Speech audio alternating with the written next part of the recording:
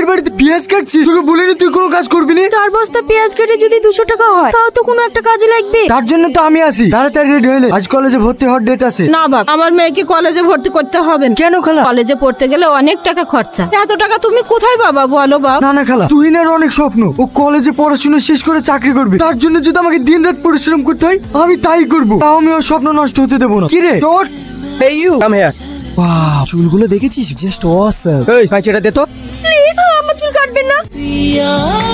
তোর এত বড় সাহস, তুই আমার গায়ে হাত তুলিস? এখন তো শুধু গায়ে হাত তুলেছি, এরপরেও যদি কোনো মেয়ের সঙ্গে এরকম অসভ্যতা আমি করি তোকে মারতে মারতে কলেজ থেকে বের করে দেবো। আমিও দেখে নেব।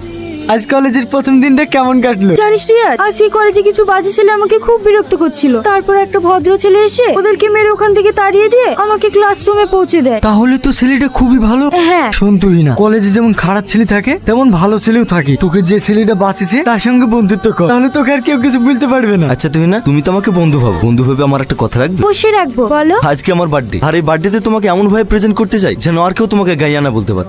তুমি অবশ্যই সন্ধ্যে 7টার সময় চলে আসবে। এই নিন ম্যাডাম।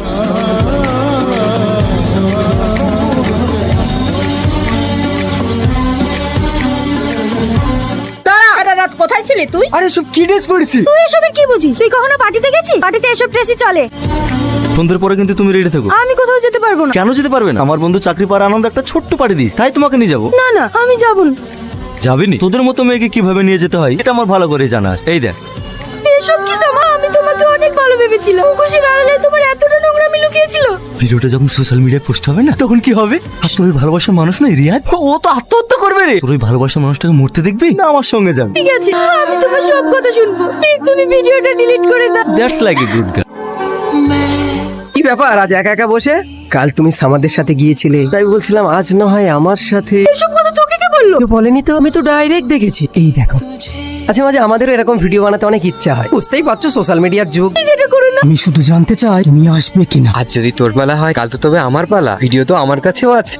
ভিডিও শুধু তোর কাছে না, আমার কাছেও আছে। আপনি যেটা ভালো বুঝবেন সেটাই করুন। তোরা রিয়াজের বিয়ের দিনটা পাকা করে ফেললাম, আগামী শুক্রবারে তোদের বিয়ে। ছেলে মানুষ তো।